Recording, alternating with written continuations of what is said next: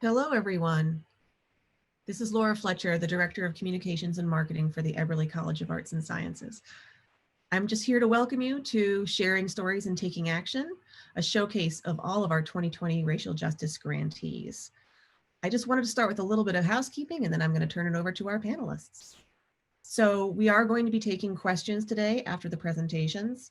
Please use the Q&A function at the bottom of your screen to submit those. You're welcome to submit them at any point during the presentations, and we will answer as many as we can when it gets to the Q&A portion. Otherwise, if you have any other questions or issues, please try to check your video and audio using the Zoom settings. We do not have chat turned on for our participants today, so you can always send an emergency note through the Q&A if you need to try to reach us.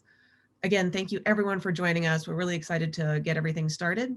So it's my honor to turn it over to Duncan Lorimer, who is a professor of physics and astronomy and also our Associate Dean for Research at the college. Dunk? Thank you, Laura, and thanks everyone for joining us today. Yeah, my name is Duncan Lorimer, and it's really my honor to be serving as Associate Dean for the Research here in the Eberly College of Arts and Sciences and hosting the event today. This event is the first in what we envisage as a series of forums discussing scholarly work that addresses issues of racial injustice. As we're all acutely aware, 2020 has brought this issue into very sharp focus, beginning with George Floyd's tragic murder back in the spring and the ensuing protests and other events. We at the Eberly College and around the university wanted to respond to this growing crisis by enabling work by our faculty that addresses these issues in a scholarly way. I'm really grateful to Dean Dunaway's leadership here in the Eberly College for getting this initiative off of the ground, and in particular the role that Dr. Lupe Davidson in the college has also played to that end. This really wouldn't have been possible without their leadership. In collaboration with the college, the WVU Office of Research and the Center for Resilient Communities here in the Eberly College, we put together a call for proposals that went out in the summer and resulted in 20 submissions from across the university on a range of topics. We ended up being able to make awards to 2 projects, and we are showcasing those today as they are at the beginning of their research and scholarly phase.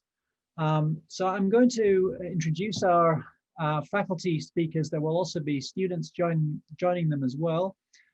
Each of our speakers will have the chance to elaborate on their projects and tell us what they hope to accomplish in the coming months. And as I mentioned, future events are planned during 2021, some online and some hopefully in person, that will discuss the findings and further projects that we hope to enable. So without further ado, let me first introduce our faculty panelists. Amy Alvarez is a teaching assistant professor of English. As a poet, educator, and scholar focusing on race, ethnicity, gender, system injustice, and social justice, her poetry explores the ideas of systemic racism, which is inspired by personal experiences and those of her ancestors. In the project that Amy will describe today, she'll consider what it means as a Black woman in our current times. Amy leads on-campus readings and offers writing workshops at high schools in communities of color. In addition, she's co-editing an anthology that focuses on marginalized voices in the time of COVID-19, which is now under contract with WVU Press. Our second faculty member panelist today is Dr. Dan McNeil, who is the Eberly Distinguished Professor of Public Service and Professor of Psychology at WVU. As director of his Anxiety, Psychophysiology and Pain Research Laboratory, Dan is involved in the training of undergraduate and graduate students. He is a licensed and practicing clinical psychologist and is a clinical researcher with interdisciplinary interests in health psychology, including behavioral dentistry, studying the experience and expression of emotion, particularly anxiety and pain. And last but by no means least, Dr. Linda Alexander is the Senior Associate Dean and Professor of Public Health. Linda's research primarily focuses on the complex understanding of the burden of tobacco-related diseases among underrepresented and US socially disadvantaged populations. She's a founding member of the Tobacco Research Network on Disparities and the Network on Biobehavioral Pathways in Cancer. Both of these are funded by the National Cancer Institute. Dr. Alexander recently served as the senior volume editor for the National Cancer Institute's Monograph 22, the first monograph devoted exclusively to a comprehensive understanding of the research literature on smoking attributable diseases. As a long-time research collaborators, Linda and Dan are working together on their project and studying the impact of the historical legacy of vaccine utilization in the Black community. Through surveys and focus groups, the study is expected to have a significant impact on approaches to administering anticipated vaccines for COVID-19. So without further ado, I'm now going to call upon Amy Alvarez to start us off. Amy. Hi, everyone. Thank you so much for being here this afternoon. Thank you, Duncan, for that wonderful introduction. So I just wanted to share a little bit of my project with everyone, and then I'll read a couple of poems toward the end. So I was really excited to be a grantee for this first round of racial justice grants. And of course, my primary focus is going to be a single authored poetry manuscript, because that is the work that I do. I also am going to be co-editing an anthology, which I'll talk about just a bit, which kind of ties in, I think, nicely with the work that Dan and Linda do, of course. And then I'll talk a bit about the educational outreach piece of this grant and what I'll be doing there. So just to talk a bit about the single authored poetry manuscript, and if we can go to the next slide. Thank you so much, Laura. So my work focuses on the embodied experience of Blackness, and that has been my focus all along, and that will be the focus of this poetry manuscript. As Duncan said, it's focused on my own experiences, those of my ancestors, those of people I know, and of course, kind of looking at the imagined ancestors, those who we didn't have the opportunity to know, but we know through our own bodies and through our lineage. So my work next semester will be creating new work, the process of revising work, looking at previously published poems and how they might fit into a manuscript. So it's slightly different work, I think, than folks who kind of are going in knowing that they have a publisher, they kind of know exactly what they're going to be doing. Poetry is a kind of different beast. And so as you're moving forward with the poetry project, essentially you're creating this manuscript that's to be published by a publisher as you start to send it out to independent poetry presses. So that's sort of what I'll be doing. And this grant has allowed me to do that because I will be, as a teaching faculty member, I am using most of my grant monies to buy out some of my courses. I also just want to say at this moment, I'd like to encourage my fellow humanities faculty members to apply for this. I was really delighted and excited to receive it. And I think it's really important that for those of us who do creative work, that we look at means of supporting ourselves to do that work, to continue that really, really important tradition of creative work that looks at race and that looks at state-sanctioned violence, that looks at all of the things that I hope to achieve in my work and that I know other folks are working on as well. So I'll go to my next piece of this project, which is the anthology. So I will be co-editing an anthology. Right now it is titled Essential, kind of looking at the idea of the essential worker. And really the focus is looking at work from creative work from marginalized communities. So we're looking at people who are currently incarcerated, people who are currently houseless. We're looking at communities of color and looking to really represent those stories well. So we're looking at poetry, creative nonfiction or essay, and at fiction, and really trying to kind of compile something that really looks at the full experience of this for many different marginalized communities. Also looking at people who are working in the medical field, people who are at the front lines, and also looking at teachers. So we kind of wanted to get a well-rounded view of this, but with a special focus on marginalized communities. We're really excited to have my co-editors and I to have this under contract with WVU Press through the Borderless imprint. So we're really, really excited about that. And that's part of the work I'll be doing next semester. We've just extended our submissions deadline to January 15th. So if folks are interested, Laura has just very kindly dropped in the chat a link, so you can check that out or share it with your networks. The final piece of what I'll be doing in the coming semester is working on some educational outreach. So thus far, I've already given a couple of talks. I gave a reading at University of California, Merced. I did a craft talk with some slam poetry, the slam poetry team at O'Brien High School in Massachusetts. So over the course of the next semester, I'll try to do that in West Virginia and continue to do that nationally. So that's a lot of the work that I want to do, to work with young poets, to work with young readers, and to help them start thinking about how to work with these themes in their work, looking at issues of racial injustice. I'm also currently working on a workshop that will be released in McDowell County with Eric Jordan and with Mark Kemp. And it's going to be kind of looking at the connections between hip hop and Appalachian poetry. So quite excited about that, and creating some materials for teachers as they're teaching about Appalachian poetry to their students in McDowell County. So that's kind of a whole wrap of what I'm doing, with the primary focus, of course, being poetry. So I'm just going to read a couple of poems briefly, and that's to give folks a flavor of my work and kind of what I've been doing.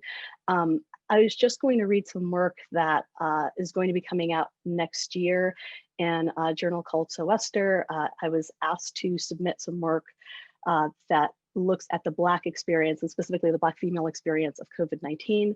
So I have a few poems that'll be published there, but I also wanted to read, just in light of what Duncan had just said, a poem that was previously published in Split This Rock, for those who are familiar with Split This Rock, in their Quarry collection of poems. So it's a poem for Breonna Taylor. It's called I Keep Lighting Candles on My Stoop and Watching the Wind Snuff Them Out. And I'll read a couple of other poems that are to be published after this. I keep lighting candles on my stoop and watching the wind snuff them out. I keep thinking about Breonna Taylor asleep between fresh sheets. I keep thinking about her skin cooling after a shower, about her hair wrapped in a satin bonnet. I think about what she may have dreamed that night. Keep thinking about her bedroom, whether she had painted it recently, argued with her partner about the undertones in that paint. This one more blue, this one more pink. That she may have felt more at home now that she had chosen the color on her walls. I keep thinking about how she could use her hands to keep blood moving through a human heart, how she could use her hands to stanch the flow of blood until platelets arrived. I wonder how many times she heard, thank you for saving, please save. I wonder how many nights she could. I keep thinking about her when I lie in bed at night, when I wake up and look in the mirror. When I walk to my front door, I keep thinking about the life she wanted to build. Whether she had her eye on a ring, it was dropping hints to the man who chose to protect her. Whether he was working on it, whether it was in his sock drawer already as he waited for the right time. I keep wondering why a Black woman's death alone can't begin the revolution, whether the sweet smoke rising to the heavens across this nation is offering enough. And just a couple of poems that will be published in So Wester that are kind of connected to this idea of the pandemic. So I'm gonna read one called Dear Gaia, and then a last poem. Dear Gaia, this city which rises out of artery and vein, severed fingers of working men, menstrual blood of young women, knit by capillary and soft tissue, here, lung to lung, we stand. Dredging our bones upstairs past lit windows, all want and no need, our rivers, our plasma polluted by that want. We seed panic and we grow, both engineer and muse. Reason there's a steel beam here, a marble hall, and no sugar maple.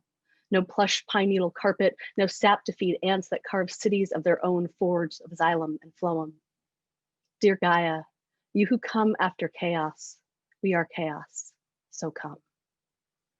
And this last poem is called What I Learned from My Mama after Julia Kastorf. And my mom, of course, is a nurse and works in the healthcare field, as does my stepfather. So anyhow, what I learned from my mama. I learned from my mama the best way to help the dying was to keep courage close in case CPR had to be performed, a crowd gathering around, fearful tears in their eyes. I learned to compress chests with hands small enough to reach between wall and dresser for a missing bobby pin. I learned to breathe life-saving breaths, to wipe saliva flecks with a fingertip. I learned to push through chaos, to occupy the worried hands of the bystander, to ask them to call and get help. I gathered that whatever I did could fail, that what others might realize is I tried. I thought to think I had the ability to heal bloody wounds, like some saint, some bruja. I learned to make from another's pain my own valor, and once I could do this, to press onward. And so to every terror, I offer my hands, a tourniquet fashioned from a scarf, a shout to clear the area, my life's breath. Thank you all so much, and I'll turn it back over. Thank you very much, Amy. Really enjoyed listening to that. I would like to turn hand the floor to Dan and Linda, and however you guys would like to slice and dice it is good with me. Thank you. And thank you, Amy, for sharing your readings with us and your thoughts. It's certainly evocative and so helpful in terms of us thinking about these very important issues. I want to say thank you to Dean Duncan Lorimer and Laura Fletcher for organizing us and making this opportunity available. This summer, when the call for proposals came out from the Eberly College, I was so pleased to see it, because I felt, as I know many of us did and still feel, a need to do something to take action. And for that reason, this opportunity to bring science to bear to try to highlight issues of importance in West Virginia and in Appalachia for marginalized communities seemed very, very important. And my experience was that I was part of a group that included Dr. Alexander and others, and I sent an email to some members of our research group and said this opportunity is available and should we do it, and got an immediate and very strong response from everyone that I had sent it to, and with some really poignant thoughts as individual sharing. As a Black woman, this is a very important topic to me and something that we should do. And so we developed a proposal and very grateful that it was accepted. And I'll just share screen now. We developed this vaccine impact project, a VIP, a very important project we thought in West Virginia. And the intention was to capitalize on an existing research infrastructure to then provide information to the state and to allow action to take place. The very brief background of this is that there are known health disparities in vaccine uptake and access in the Black community, particularly adult vaccines, and thus greater vulnerability. And given the evolution and things that are changing even every day now in terms of the coronavirus, the issue of vaccine utilization is perhaps quite literally a life and death matter.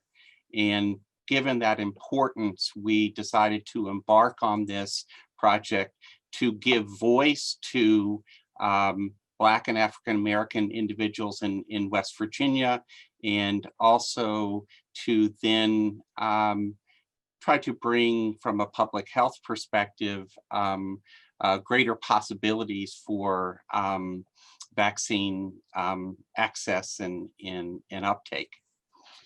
We have a wonderful team across the state with offices in Charleston and Summersville and here in Morgantown. And these are just some of them, but a shout out to all of our fellow researchers in this project, which is the base of this was the Center for Oral Health Research in Appalachia, CORA.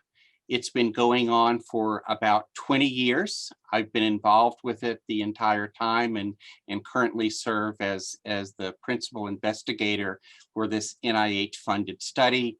It's really, I think, shows you the interdisciplinary nature of the Eberly College, because I'm very involved with the School of Dentistry in this project, with the Health Sciences Center, lots of support there, and particularly with Dr. Linda Alexander, my wonderful colleague and collaborator from the School of Public Health. And Linda, in just a moment, is going to tell us just a little bit more about a specific project that came out of CORA. But this is our team that you see, and most of them are here today. And I think I'm going to ask Jamie and Jalea to bring their videos on too. But you've heard about Dr. Alexander. Kalo Sokoto is a doctoral student in counseling psychology here at WVU and is our project manager. And it's my honor to serve as co-chair of her dissertation. We also have Jamie Brumbaugh, who is a clinical psychology doctoral student, and I am happy to chair his master's thesis. And we have Jalea Hubbard, who is a biology major in the Eberly College and undergrad and part of our research team. And so one of the things that we have done consistently in CORA and also in our VIP project is to ensure that we include trainees, that we're wanting to really train the next generation of researchers. The person who is unfortunately not here today, pictured at the top in the middle, is Aaliyah Pugh, and sadly, Aaliyah had a death in the family last night and could not be with us today. As I said, the Center for Oral Health Research in Appalachia has been ongoing for about 20 years. We've worked with women during pregnancy and then followed them and their child longitudinally for a number of years, and that is still going on. But one of the things that became very important to us over time is to include all members of the community, and particularly members from the Black and African-American communities in West Virginia. And so starting in 2018, we had a special project that we have termed CORA Smile. And I am now going to turn this over to Dr. Alexander to talk about CORA Smile and also more of the background for the VIP project. Thanks, Dr. McNeil. So as Dan said, our collaboration began some time ago. I think there's important lessons in my part of today's showcase in terms of ongoing research and research with African-American communities. Let me say that for the sake of a very diverse audience, our project looks at the genetics of mother, infant, and child pairs to learn more about oral health. And Dr. McNeil mentioned that the parent grant is at the University of Pittsburgh and had a long and successful history of collecting data from non-Black women. I think it's important to note that, Dan is very generous with we, but Dan came to me and said, Linda, I'm not convinced that we know all there is to know about the experience of genetics in mother and baby pairs if we haven't adequately asked or surveyed the African-American community.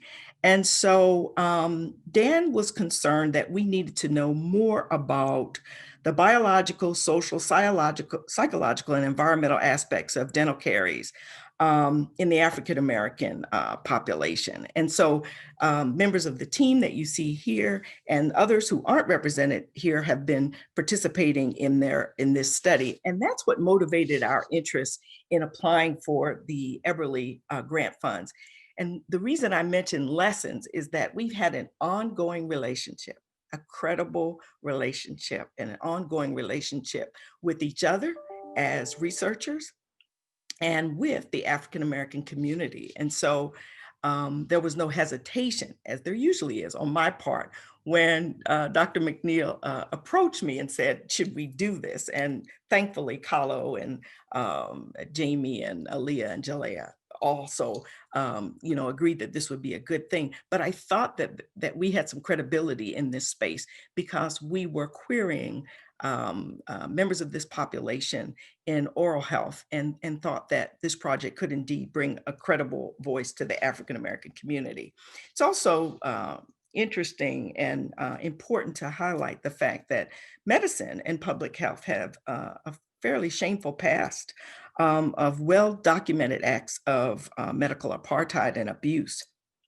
And I would ask those of you who are listening, if you'd like to know more about just two very poignant examples. One has to do with the Tuskegee syphilis study, and the other has to do with a book that was published called The Incredible Life of Henrietta Lacks. But that gives you some insight into the populations that we hope to hear a little bit more about. The contemporary advent of COVID-19 vaccine is that it's developed to potentially save lives and or minimize morbidity and mortality created by COVID-19. And so we had an unprecedented opportunity to hear the thoughts, perceptions, realities about access, safety, and the ability of the vaccine from members of the African-American community.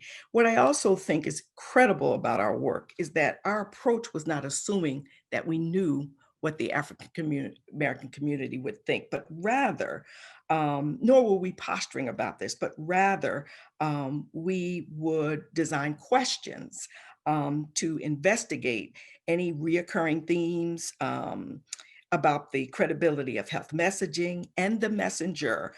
Who are trusted health advisors? What are the beliefs about being a priority when the vaccine becomes readily available?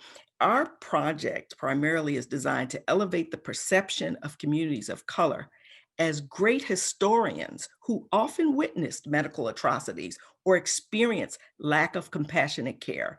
And so this perspective becomes more widely understood rather than what's traditionally done in the medical literature is something that is documented as a form of complacency or non-compliance. And so I'm very proud of the fact that I think that our work will elevate the conversation and the voices of that community. Dr. Alvarez's poetry is beautiful and speaks to my heart and also helps to articulate the pain that we often experience in our victimization. So while the social justice and racial justice activities of the current day have been contemporized as now and very relevant, these have been ongoing from, for a number of years and again, a very shameful legacy. And it is our hope that we can add some credible and legitimate perspective to that. Let me hand it back to you, Dr. McNeil. Thank you, Dr. Alexander. Thanks for that great background. And so now I want to bring this to Kahlo Sokoto and to talk a little bit about the project that we have begun here, this Vaccine Impact Project. And we have been going through a process of developing instruments and deciding on areas of focus and developing also materials to get word out about the project. So Kahlo, I'm going to turn it over to you. Thank you, Dr. McNeil and Dr. Alexander. Greetings, everybody.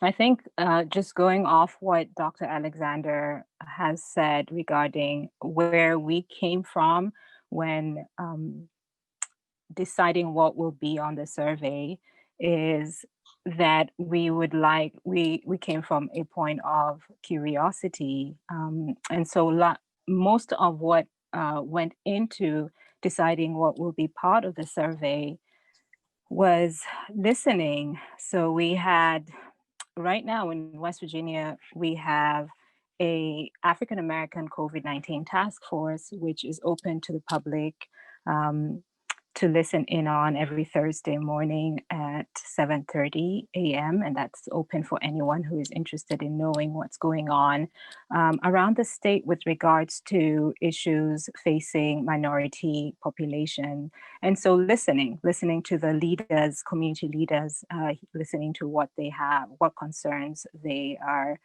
reporting. There's also a nationwide website, for example, Black Coalition Against COVID-19, which really broadcasts information nationwide about what are the concerns of minority communities in the country, in America. And so a lot of listening not only within West Virginia, but also within the nation, and as well as students in research. Literature, of course, was key in informing us the things to look into. And so some of the measures in briefly that we ended up identifying was looking at experiences of people of color in West Virginia with regards to the COVID-19. So our demographics really tried to capture, we know statistically that Black and Brown folk have been disproportionately impacted by COVID-19. And so we wanted to make sure we at least get an idea of what that looks like for our participants. And so we also touch on, beyond experiences, the concerns, which Dr. Alexandra spoke a little bit about, and that with regard to fear, mistrust of the medical system, hesitancy. And I just want to highlight that the measure for hesitancy really had items that allowed participants to talk about the historical aspects, the Henrietta Lacks history, Tuskegee history. They really, the measures addressed these historical factors. Vaccine knowledge, perceived discrimination within the healthcare system, vaccine behavior. So this would be not only with regards to vaccine, the COVID-19 vaccine, but as well as other vaccines in the past. And most importantly, of course, is concerns regarding the COVID-19 vaccine, which we are very interested in hearing. And something I would like to highlight is that our survey not only had items in a quantitative manner, but also open-ended questions to really allow for participants to describe their concerns beyond just what the items were asking for. And so just an example of, elaborating the fears beyond what we would ask. And I think it's a very important part of our survey, and just to contribute to this access, because that is our goal is to create, our hope is that we will be able to contribute to the nationwide efforts to make the vaccine accessible to everybody. We also had information at the end of our survey that directed participants to sources which were tailored to the Black community. One of the most amazing things that has happened is by the medical field is that Black doctors across the country have written a love letter to America regarding the COVID-19 vaccine, assuring them that they participated in the trials, and that they will participate in taking the vaccine. And this is a really big thing. This is a big deal for the community, which we are trying to understand and also to elevate their concerns. So I think this team, we really did try to do due diligence, I would say, in trying to come up with a survey that would do exactly that, which is to elevate the concerns and document the experiences of Black and Brown people of color in West Virginia at this point.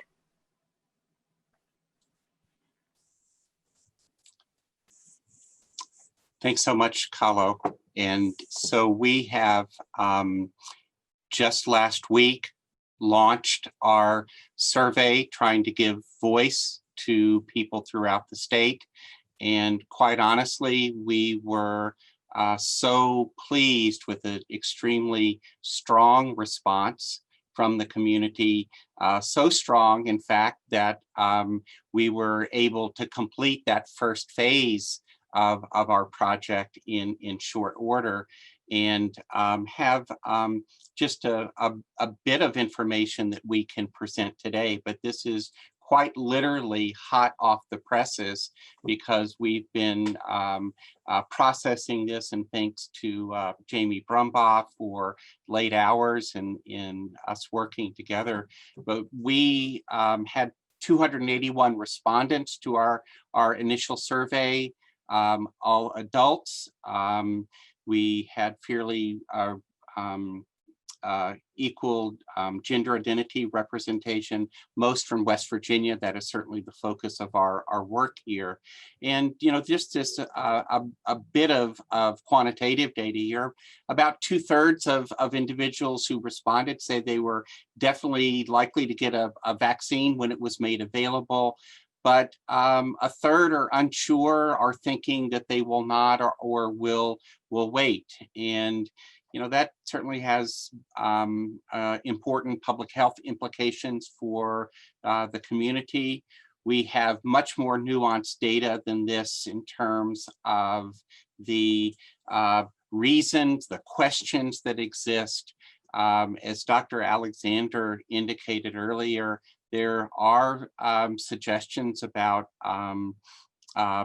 past abuses and whether those would be revisited, and concerns about safety. But this speaks to the issue of the importance of getting information out, making sure that there is equitable access to vaccines, particularly those who are most affected by the virus, and that it's done in a way that is fair and proper. And so we are just so grateful to the community in terms of the responsivity to the work that we've initiated. We hope that we are beginning to provide a voice for the community. And now we're looking forward to trying to understand what's been shared with us in terms of the information, to put that into the broader context, as Carlos said, and then to initiate our next steps. Dr. Alexander, do you have any final thoughts? Well, it's nice to see data. So that it really is hot off the press. I hadn't seen it. I want to encapsulate something. We want to give voice in the space of research. The African-American, Brown and Black people can speak for themselves. The credible voice we speak of is to make certain, to play our part in the published literature, that once again, Black and Brown folks aren't marginalized for being smart and conscientious and concerned based on past atrocities about being guinea pigs or experimental conditions, the same voice and the same concerns that many of our colleagues and peers have. So the voice that we bring as researchers in this space. I think it's important what is said, it's important what's not said, and it's very important not to do the usual suspects or comparative analysis where we come to the fact that we have a limited number of these people, so we can't speak for them, but you know, they're when compared to the mainstream population, they're less likely to do X, Y, and Z. So this grant opportunity has given us a voice as researchers to elevate the stature of research on Black and Brown communities. Thanks, Linda. And I think we'll turn it back now to Duncan. Thank you for this opportunity to speak. Thank you all of you for that, for those comments and input. I really appreciate it. We have a little bit of time for Q&A from the audience, and it's so great to see, by the way, so many people on the webinar today. So if people have questions for any of our panelists today, please, now is the time to speak up. And Laura just announced to me on the chat that Amy is going to be, oh, you can all see that as well, reading more of her work this coming Monday. So I have while we're waiting for questions to come in on the chat box, I had a question for Dan and Linda and the others. Concerns the perception of vaccines, and we're hearing on the national news that it's important for national leadership to play a part, for the president to be pictured getting vaccinated, and other prominent leaders and so on. What do you think we should be doing, in the light of the data that you presented, within the state of West Virginia to improve this this rate of perception of people who refuse to take the vaccine or are unsure about it? Linda, do you want to speak to that one, or?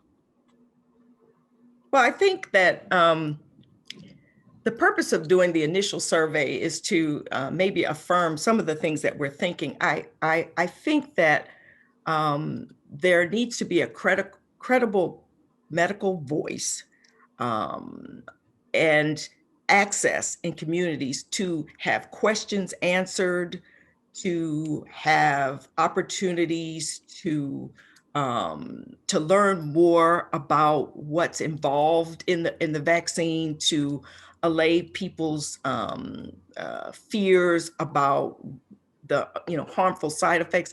I think at this point,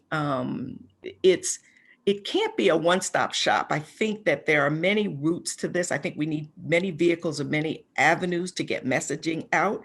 And so it's interesting, Dr. Lorimer, that your question, when we've been dialoguing back and forth in our team, anecdotally, I said that most people know who Dr. Fauci is.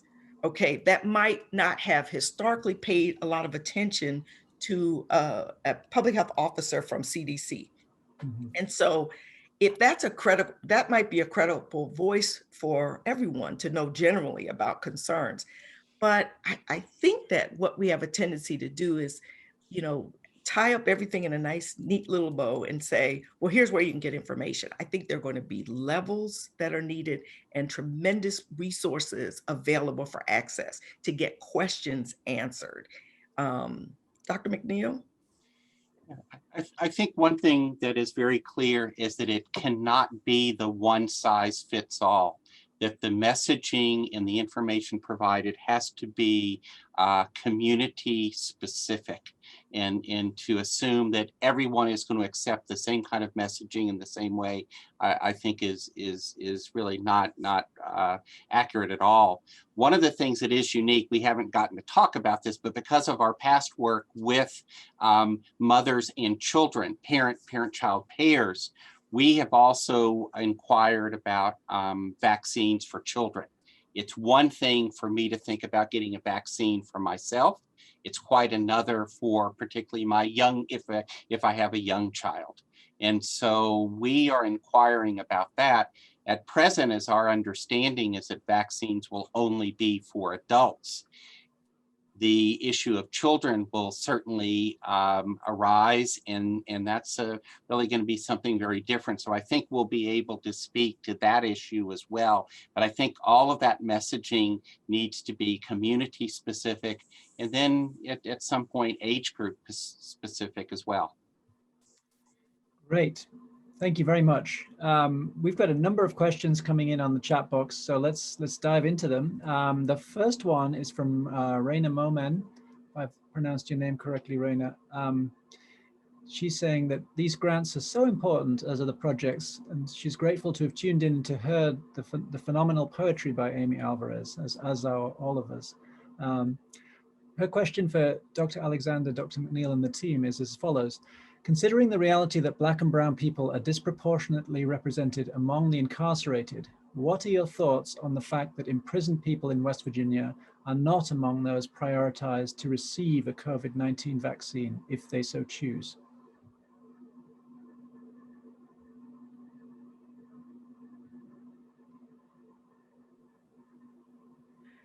I'm speaking just generally from a public health standpoint. I think that when I speak of medical atrocities and abuses and lack of access, I'm certainly acknowledging that that population. We recently participated in a project with that focused on women incarcerated in West Virginia. And I think there are many health concerns that I have as that population as a disparate group. I have no knowledge at this point that that's not a priority population.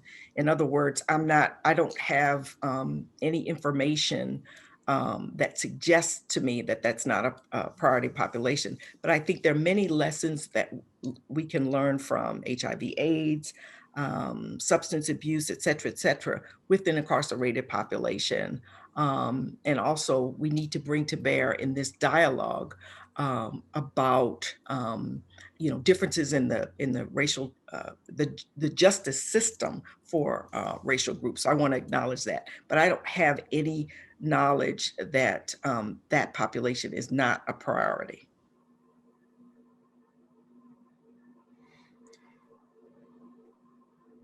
Okay, thank you very much. Let's go to another question. This one is from Bretta Scala, and they ask, this is to the VIP team, is there any preliminary qualitative feedback that you received that you can share today with us? Anything that stands out? I'll take that one, and I just want to Brett Scala and also her sister Carly Scala are part of our Cora project in Charleston and work with Aaliyah, and they are getting into qualitative data collection, and I'm just so pleased to see your interest in that, Brett, and thanks so much for that great question.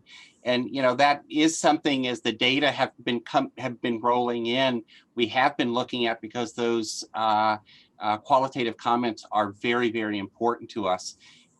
I can try to summarize those, and with qualitative data, we look for themes, and we're going to go through that more formal process.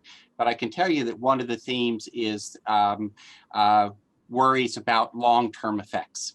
And I think that certainly, with given the rate at which the vaccine has been developed and the testing is very necessarily needed to be fast-tracked, but there's concerns in the community about that, the side effects, and whether it has been appropriately tested in the Black and brown community, whether they have been represented sufficiently in the nationwide testing samples.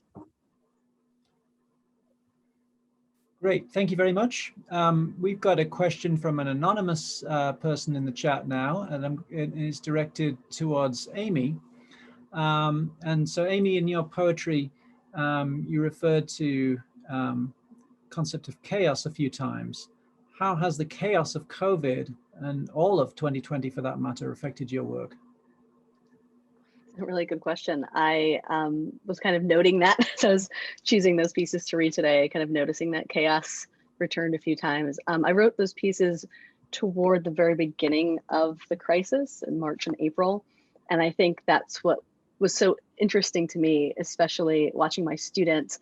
I feel like for young people, there's this feeling that, you know, the adults, the government, people are supposed to know what to do in these sorts of situations. And here we all were, frazzled and caught unaware. And I think that was part of what was so interesting for me to kind of watch, that my students were kind of in this moment of looking at me and kind of just like, what happens now? And I had no answers. And I guess it was a kind of internal chaos that I started to feel of not having answers. And kind of looking around me and noticing that other people didn't have answers either. And it's an interesting thing, chaos, because I think that it's a place both of, we think of it kind of as insanity and things that don't have, that there's no control and there's a wildness to that. But I think there's also an interesting sort of stillness that can be found in chaos. I mean, as we look at all kinds of mythologies from all over the world, there's the idea that life is born out of chaos, right? And that out of chaos comes the universe. We've been looking at scientific theory, like the Big Bang theory, that out of this disorganization comes organization. And I think that even in this moment of chaos, that there's still a hope, I guess, that I feel an undercurrent of that. Even looking at protests this summer, I felt an undercurrent of hope in that in this moment of great tension, that there's potential for great change, that out of chaos can come something that is fruitful, ultimately. I'm not sure if that quite answers the question, but I guess that's kind of what I've been thinking about as my own personal organizing principle, that out of whatever this is, that something better can come. Great. Thank you very much. And could I just, yes. Amy, I wanted to respond just because I so appreciate you bringing up that idea about chaos, because I think that in part is what led our team, like, you know, we reverted to something that we know and understand, this kind of scientific approach. How can we start to understand the chaos and make something positive out of it? And so just that, you know, that perspective is really helpful to think about what it led us to do. Thanks. Thank you, Dan. We've got a few more questions. We're running up against the hour, so let's get into them. This next one is from Christina White. She's a senior undergraduate at WVU who hopes to attend med school and one day get an MPH.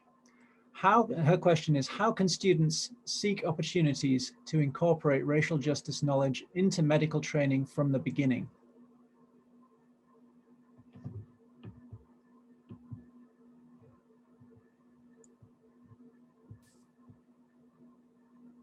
I think this might be a great question for our Senior Associate Dean from the School of Public Health, Dr. Alexander. But in there we go.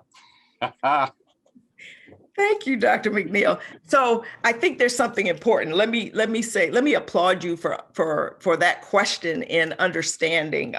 There are many students on our current campus and across the country who have highlighted the importance of public health and social justice and racial justice in medical school curriculum. I am pleased to note that there are activities, keep paying attention to messaging from the Health Science Center, from the Provost Office, of active leadership on that front, and collaborative projects that have been undertaking to ensure that there is more credible content around these issues. And great, the medical students themselves have organized what's needed and have articulated that very well. So I'm pleased. This affirms the importance of that. And I hope this person is also considering getting an MPH. So I'm the person that can direct you to the right people about that. So great question. And I might just call out our colleague, Jalea Hubbard, our undergrad on our team. And, you know, one of the things I think, Jalea, that you did is that when this opportunity was presented to you, you know, yours was one of the emails that I got a reply to, you know, that really spoke to me and said, oh my gosh, we've really got to do this. So I don't know if you have any advice for a fellow student.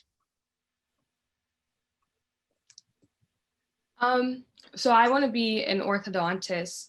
And what actually got me interested was I had braces, and my mom is an orthodontist assistant. And so I would go to the office with her and just help out. And her boss actually started letting me like do little tasks, like get my mom like instruments and stuff. And so when I got to college, I chose biology as my major. And I joined the pre-dental club and became an officer and started like shadowing around and just getting interested in the field. So I would say just start shadowing just to get a feel for what you want to do and like a better understanding, just to make sure that it is what you want to do. And Jalea, I think you have really capitalized on opportunities that have been presented to you, and I think that's to your credit, to, you know, being willing to put time and energy into them. I think that's been a real key for you. Thank you. Great, thank you very much. Let's go to the next question. This is from Rose Casey. Rose is a colleague of Amy's in the Department of English, and Rose asks, she says, thank you for sharing the work that you've been doing through this grant and about your poetry. The question is, please could you speak about the role of the humanities in addressing anti-Black racism? How can poetry speak differently than qualitative data to the urgency of racial justice? That's a really good question, Rose. I think that poetry and creative work in general provide something else that is needed, along with the qualitative and quantitative data that my colleagues are currently working on. I think that in times of great chaos, great crisis, that along with information, we also need catharsis. And that catharsis is part of us as the human animal, our ability to kind of engage with what's happening around us, our ability to kind of emotionally engage in a deep way that pushes us past the layers of thinking that we might have. The other thing I think that's quite important is just thinking about the ways in which people begin to change their minds. And many times we know that providing data is one important way that people can start to look at information differently. But many times the way that we actually change our minds is through pathos. It's through the experience of stepping into someone else's shoes in fiction. It's through the experience of reading a poem that helps us to kind of shift and subvert the ways in which we thought in the past. And so I think that through creative work, even through like formal poetry, for example, it's one way of kind of reclaiming the Black body in some ways and kind of adding structure to a history that has been, I think, in the minds of some people, maybe removed of structure, but kind of reclaiming structures that that still belong to us. So anyhow, that's kind of a very brief question, because I know that we're reaching the end of our time, but something I'd be happy to talk about offline. Great, thank you very much. And thanks again to all of our panelists today.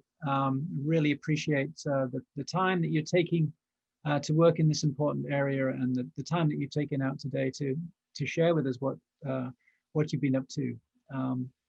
And we will be back revisiting you all, most likely virtually, but in the new year, as your projects have advanced. And so please, everyone out there in the WVU community, stay tuned for that. We'll be messaging that out. Laura, if you could put the last slide up. I just have one final announcement to make before we sign off.